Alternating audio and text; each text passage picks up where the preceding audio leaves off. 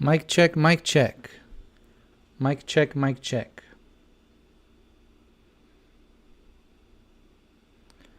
How's everybody doing out there? If you're just joining me, go ahead and give me a 1 in the chat. 1 in the chat.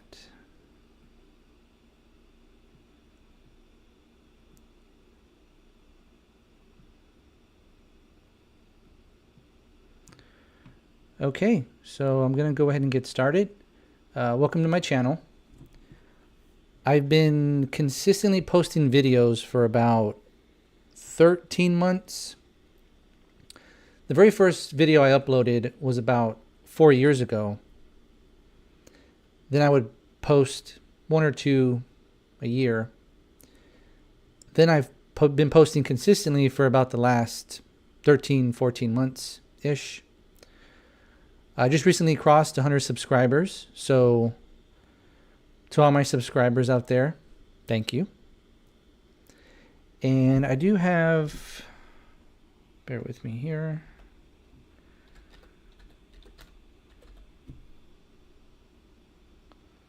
Let me,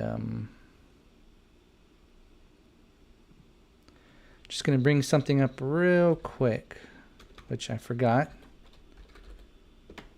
to set up. Almost back, almost back. Just gotta.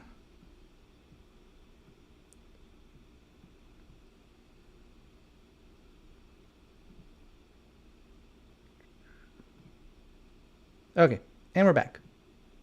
Okay, so I have been in the IT game for about 15 years, and I've always enjoyed teaching and sharing what I know. So, but there's a huge skill gap because I needed to learn video editing. I needed to learn presentations, how to present, how to speak, which I'm by no means an expert. I'm still learning how to do it. But it's fun. It's challenging, but it's fun. It's kind of like working out. So I'd like to think that my videos are improving. I do.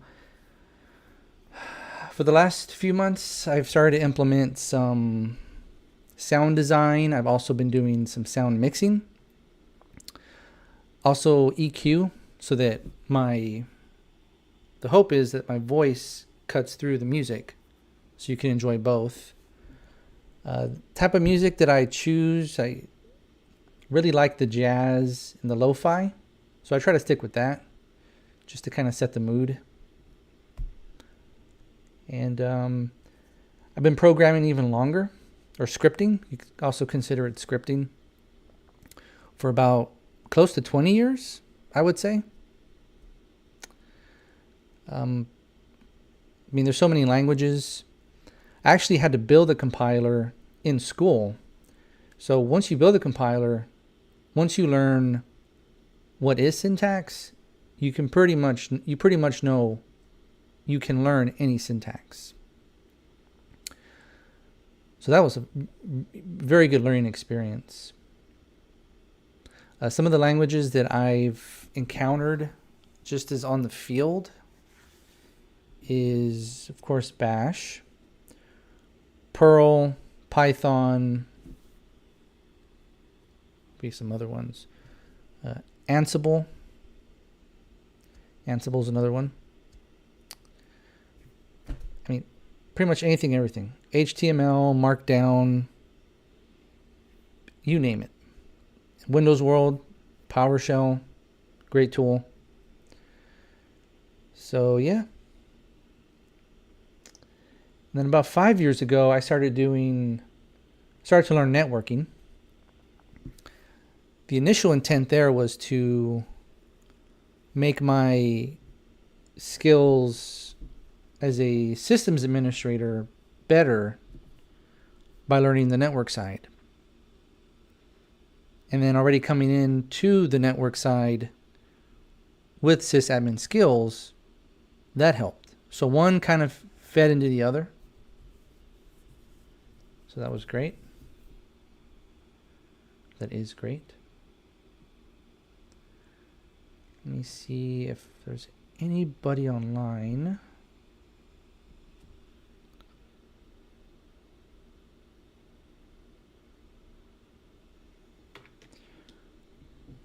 Let's see. Don't see anybody yet.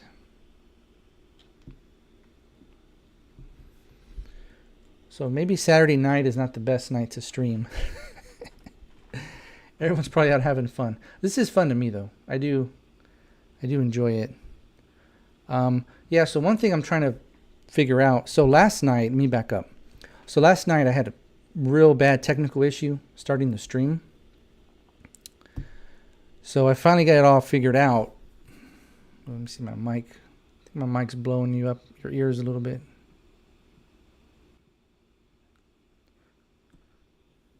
Yeah, so let me back up a little bit. So last night, bad technical issues, got it ironed out. So technically this is my first stream, second attempt. First successful stream, second attempt. And I really don't know what would be the best time to schedule. I may have to set up a Discord server, but I would only use it really to announce streams. So it may not even be worth setting up a whole Discord server just for that. There is the community section too in YouTube, so maybe I can use that. But I mean, let me know what you know what, I may actually put a poll. Maybe I'll put a poll in the community section of my channel of when is a good time to host a stream, because Saturdays may not be good.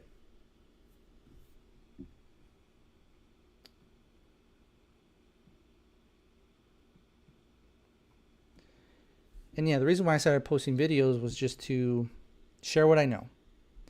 I'm by no means an expert. I don't claim to be. I claim to be experienced, very experienced, and I've encountered my fair share of issues, problems, challenges, hurdles. And that's really when you learn, is when stuff breaks. It's painful because it hurts production. In other words, it costs money. But that's really how you best learn, is through challenges, through issues. That's why it's always best to set up a lab.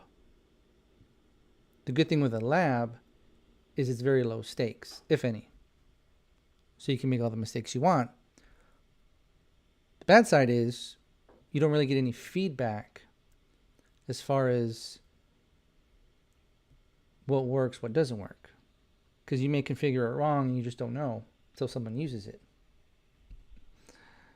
So yeah. Anybody out there?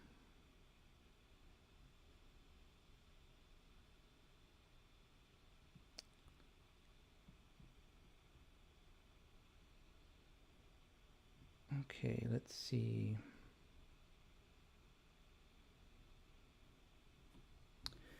Yeah, so I'll probably put a poll in the community section of when is a good time to live stream for you guys.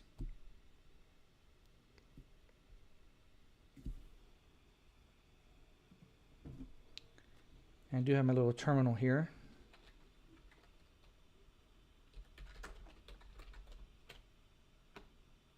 Yep, that works.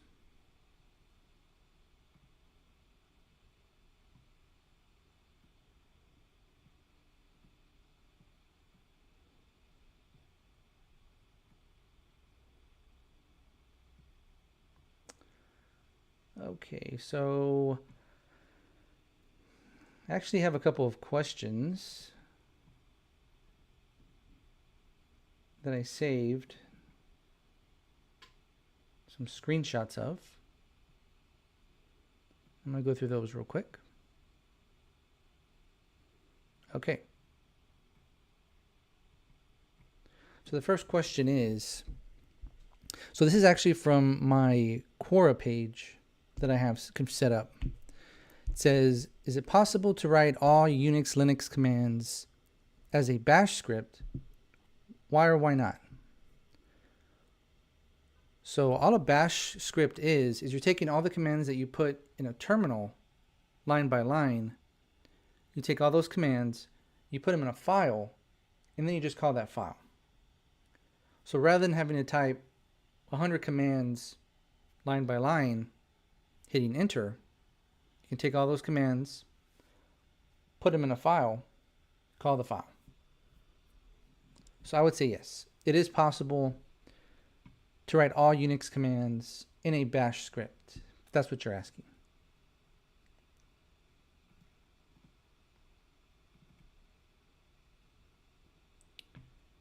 Okay, the next question is, how do I run a .bashrc file in Linux? So there's actually two ways.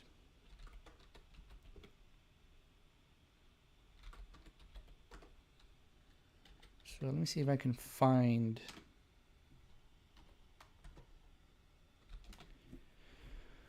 Okay, let's see. Okay, so we have a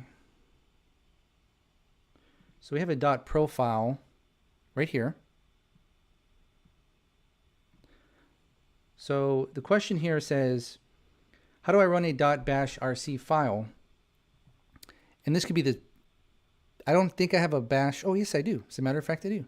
.bashrc. So there's two ways to run it. You can call it directly. Well, I mean, okay. Let me back up. There's a few ways to do this. So one way to do it, as is. So you know what? This is a good lesson. So if you look at the permissions, there's no execute permissions. So if we were to type bash, actually this will work.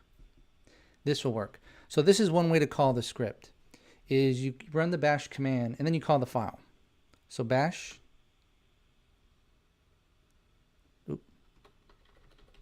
back up. And there's an error. But it did run. Let's do a file that works. So instead of -bashrc, we'll just change it to -profile. So it ran. No errors. Now if you try to run it directly,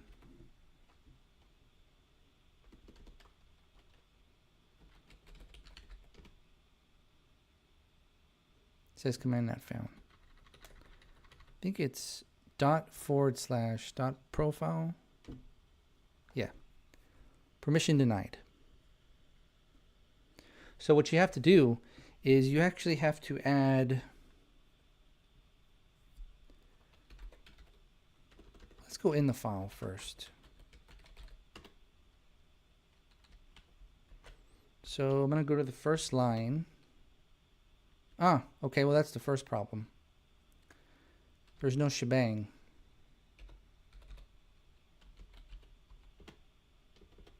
Obviously I wasn't prepared to demonstrate this, but we'll get back to this in a second. So yeah, so when you run any script, just generically speaking, if you want to run the script directly, the file itself has to have execute permissions. If it has execute permissions, you can run it. If it doesn't have execute permissions, you can call it with the -profile command. Now there is another way. I believe it's .profile. So there's two ways to run the file. Well, there's more than two ways, but so you do bash.profile, or you can do, I've got my mic here. Let me move it real quick. Pull my keyboard closer. You can run .bashprofile. So it looks like it's doing the same thing, but it's not. I'm going to launch my little Epic pin real quick. But while that's running, So when you run a bash file name, let's see if I can get this up quick.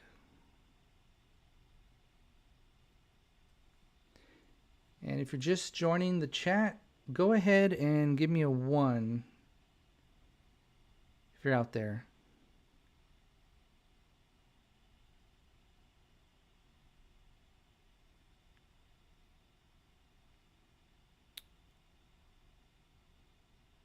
There we go, Epic Pin.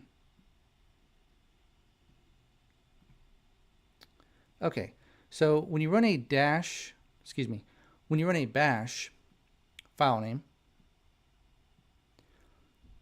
this will actually launch a subshell. And then your subshell is going to run all those commands.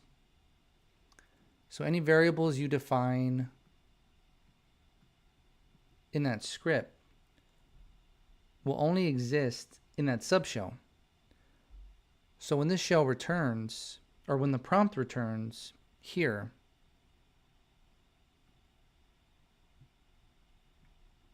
all those environment variables are gone.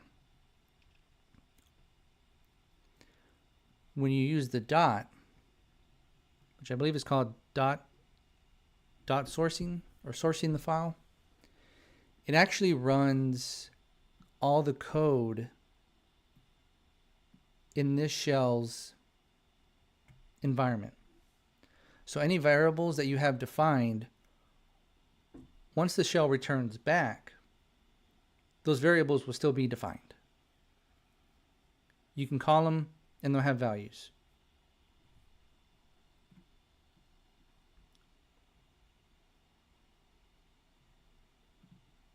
Okay, let's see, next question.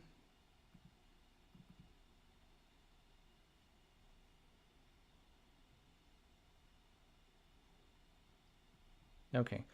How do I fix a Ubuntu SSH remote connection timeout error?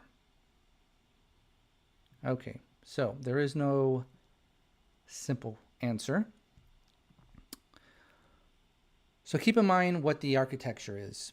You have your server, you have your local host, the one you're going to SSH from. You have your remote server, the one you're going to SSH to. So it's a timeout error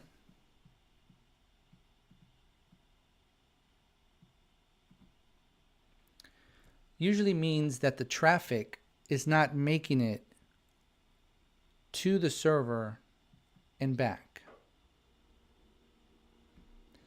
And because your local machine is not getting any type of response, it times out. And there's many reasons under the sun why that would be. You could have a network outage, not even locally.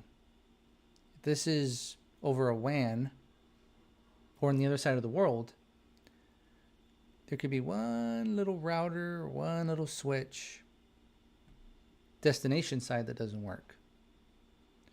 Same could be the case locally. Maybe you have a router or a switch that's down. Or maybe the service on the target is down. Or if you're using a host name, maybe the host name is not resolving. So maybe it's a DNS issue. Or maybe the DNS server is down.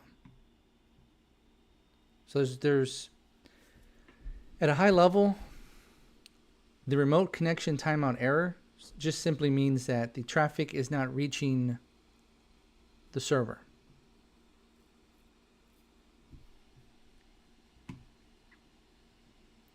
So that would definitely need to be troubleshot.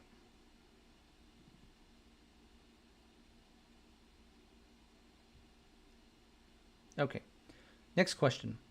Is it possible to run sudo apt-get without sudo? No, it's not. So let me see if I can demonstrate that real quick.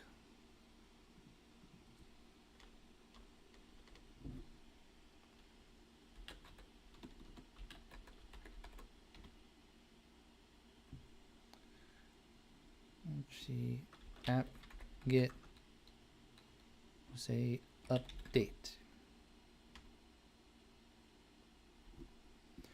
And here we get permission denied, permission denied, permission denied. And it tells you why. Could not open lock file, unable to lock directory, so on. Permission denied. So that's why. We run sudo. See if I remember my password. Maybe it's this one.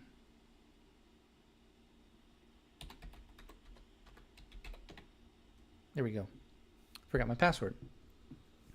So that's why you have to use sudo. You cannot not use sudo. Yeah, you cannot not use sudo. It requires elevated privileges. That's the short answer. There's a bunch of system files that it needs to open, read, lock, and touch that only root has access to. Therefore, you must use sudo. Great question. Okay, and if anybody's out there and they have want to say hi or drop a 1 in the chat, go ahead.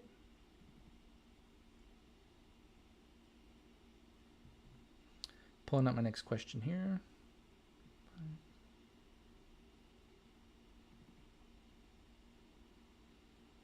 Any second. Okay, so this question is, how do you exit a directory in Linux?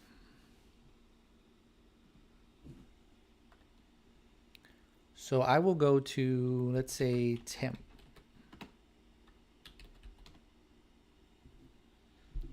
Make sure I have, okay, you can see it, great. Okay, so I'm in the temp directory. And the question was, how do you exit a directory in Linux? You just cd out of it. If you want to go back to our home directory or anywhere outside of temp, exit temp, we can just do cd tilde. And there you go. We've exited temp. Now here's a tip, bonus tip. If you want to go back to the directory you just exited, so if you want to hop back, you do cd dash, and that takes you back to the directory you just left. So that's a neat trick.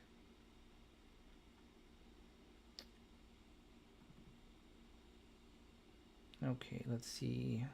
Next question. Last question. How do I view one page at a time on a Linux command line?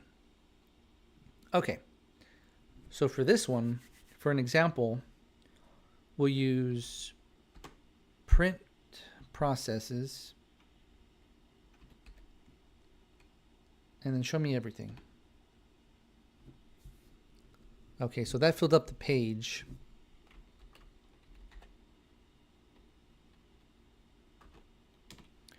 I'm going to remote to a server real quick.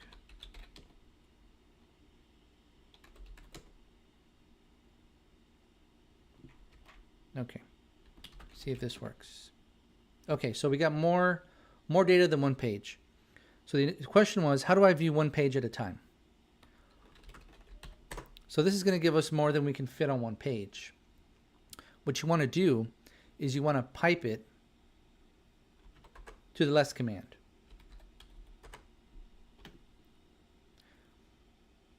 And if you notice, give me a little pointer. This right here tells you that you're in less. So we're using a pager. And now when you want to go to the next page, you just, well, that could be its own video, but to go to the next page, you can hit spacebar. You select the window. So spacebar shows you the next page. Spacebar shows you another page, and so on. And N tells you you're at the end, but we're still in less. So we can jump to the beginning of the file with lowercase g. Oh, excuse me. Lowercase g will take you back to the top. If you want to add line numbers, you can do -n. That'll give us line numbers. And if you notice right here, you've got a couple of repeats. So you got 99. Repeats there. Got 74, 74. So what's going on there is the lines are actually wrapping. Here, you get some output, and then it wraps to the next line. And 99 tells you that this output is still part of this original output. So you can actually undo line wrapping by doing $S, and they call it chopping. And then now it adds this right here, this greater than sign. And now we can scroll to the right by hitting the right arrow. The left arrow brings you back. Go down the page, see a couple more, one right here, a few right here. You can scroll to the right. Got more right there. Scroll to the right again, and then left to come back. Then you can also search through, with a regular expression, you put / and we can say SSH. This will go to the first match. Then you hit lowercase n to go forward your matches, and then uppercase N will take you back. And then one last trick is if you do / SSH, this will show you the lines that only have SSH. So we hit enter, or maybe it's %. Yeah. Okay, so / is regular expression. / is regular expression. If you do ampersand regular expression, it'll give you only the lines with that string. So if we hit enter, we can't move up or down. We have the end right here, and just these 3 lines. And we still have line chopping enabled, so we can scroll to the right, and we can scroll back to the left.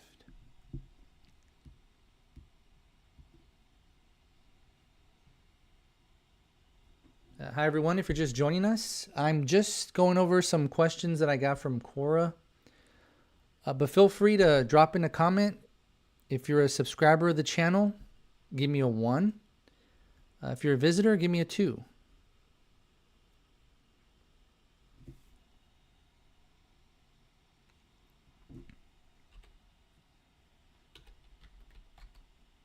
Oh, and Q was to exit. All right, let's see here.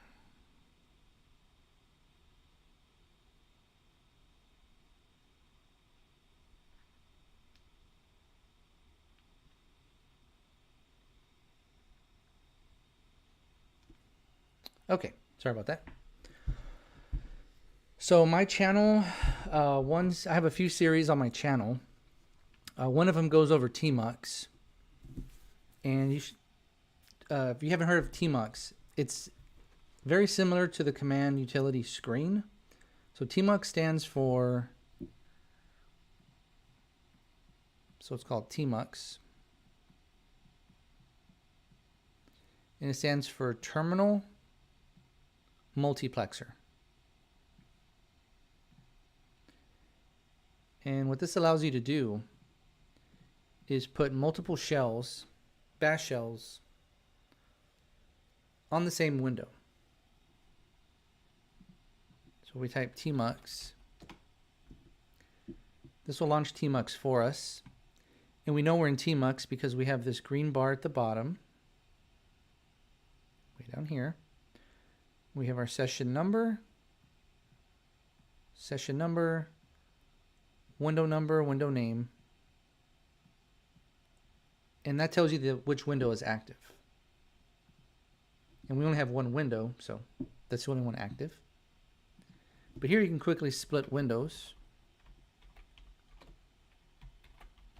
very easily.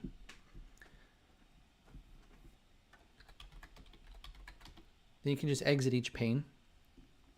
So this is one window, everything right here. And then this is a pane. This is a pane.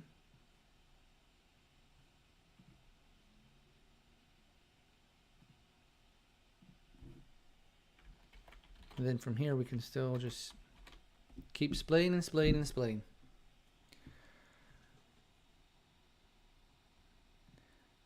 Now if you want to view, so every pane in TMUX has an index number.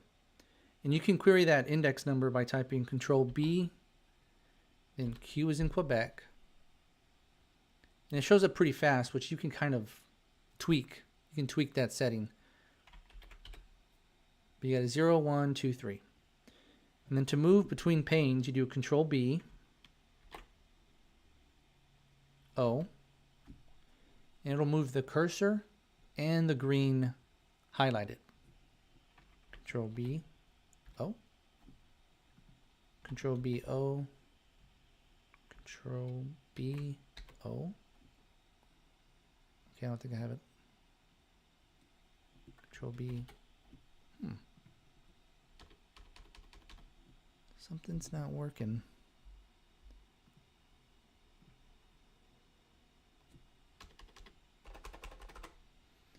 I think my shell froze up.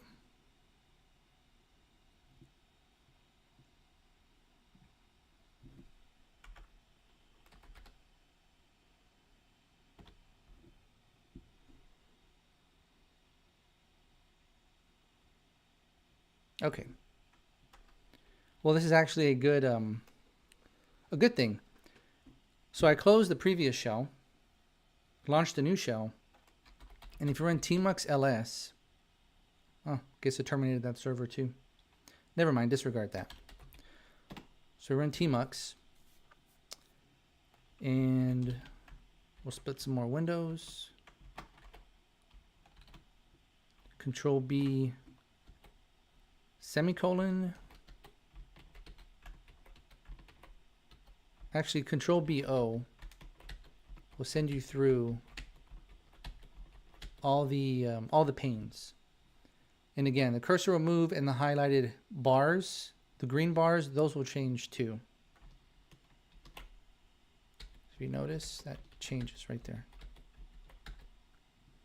So we have one window, many panes. You can also add a new window. New window. And this added one down here. And it also moved the asterisk. And if we keep our attention down here at the bottom, you can move to the previous window, or you can move to the next window.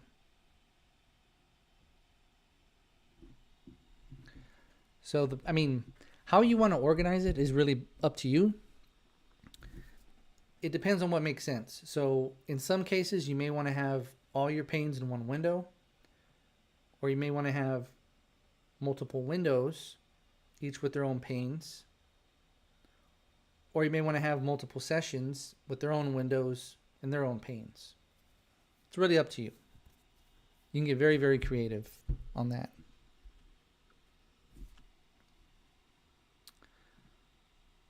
So this will pretty much tie up the this will conclude the live stream for now. If anybody has any questions or if they want to say hi, anybody out there?